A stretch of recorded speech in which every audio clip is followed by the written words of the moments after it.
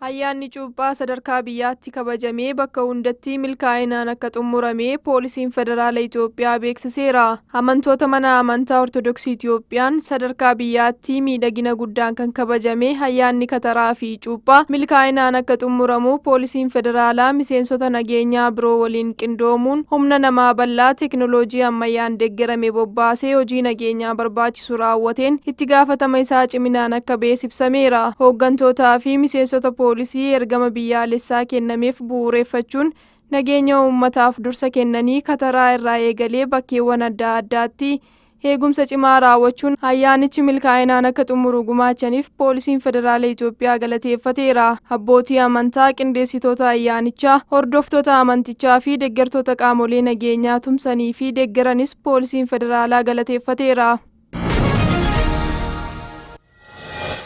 የጎንደር ማህበረሰብ እንደሌላው ኢትዮጵያዊ ሁሉ ለሰው ልጅ ከበሬታ ያለው ለሰው ልጅ ህይወት የሚጨነቅ አፍቃሪም ሰው ወዳድም ነው።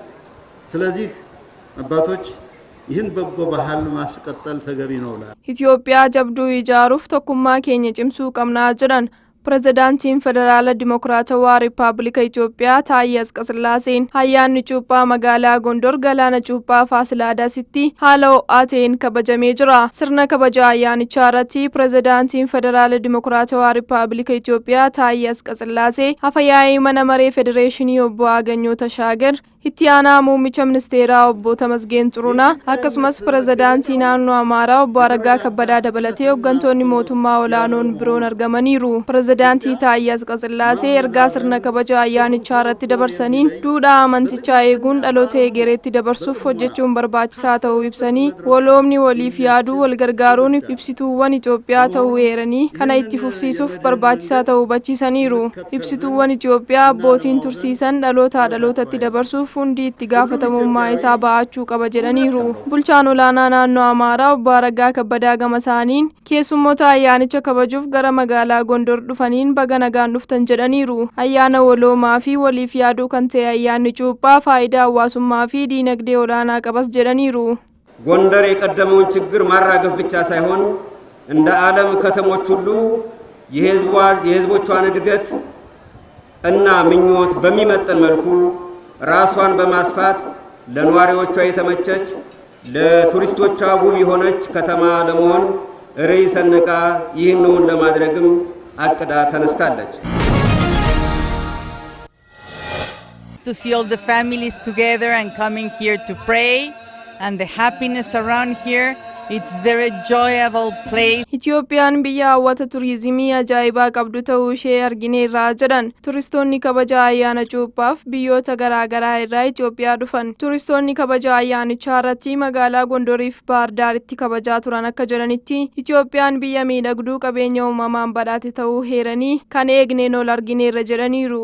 Daawwannaa Itoophiyaa isaanii kanaan ayyaana qillee fi ayyaana cuuphaa kabajamuu irratti hirmaachuu heeruun daawwannaa isaanii kanaanis hedduu kan gammadan ta'uu dubbataniiru. Itoophiyaan yeroo hunda biyya ajaa'ibsiifamtuudha kan jedhan haalli teessuma lafa ishee hambaaleen siidaa ishee akkasumas ayyaanonni cuuphaa kunniin daawwatamanii kan hin quufamne ta'uu heeraniiru.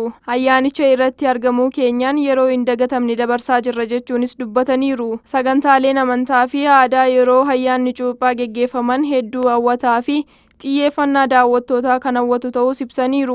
Ayyaana kana irratti turistoonni biyya alaa hedduun hirmaataa akka jiran heeruun ayyaanichi duudhaa fi aadaa gaariin biyyattiin qabdu daawwattootaaf beeksisuudhaan kabajamaa akka jiru simaniiru. I'm from the island called Mallorca. At the moment it's very nice. We like everything, we enjoy it itself moment.